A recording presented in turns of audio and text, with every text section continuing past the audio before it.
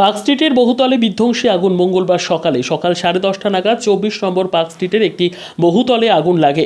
তাতে হঠাৎ আতঙ্ক ছড়িয়ে পড়ে। সেই বিশাল আগুনের ধোঁয়ায় ঢেকে যায় গোটা এলাকা। কালো ধোঁয়ায় আতঙ্ক ছড়িয়ে পড়ে দ্রুত। ঘটনাস্থলে প্রাথমিকভাবে 6টি দমকলের ইঞ্জিন পৌঁছে যায়। আসতে থাকে আরও ইঞ্জিন। অ্যালান পার্কের পাশের একটি ক্যাফের ওপরের তলায় আগুন লাগে বলে খবর। ঘটনাস্থলে উপস্থিত হয়েছে 5টি থানার পুলিশ এবং দমকলের চেষ্টায় বাড়ির ভেতরে থাকা মানুষজনদেরকে দ্রুত বের করে আনা হয়েছে। ব্যুরো রিপোর্ট, দিনরাত স্টার নিউজ।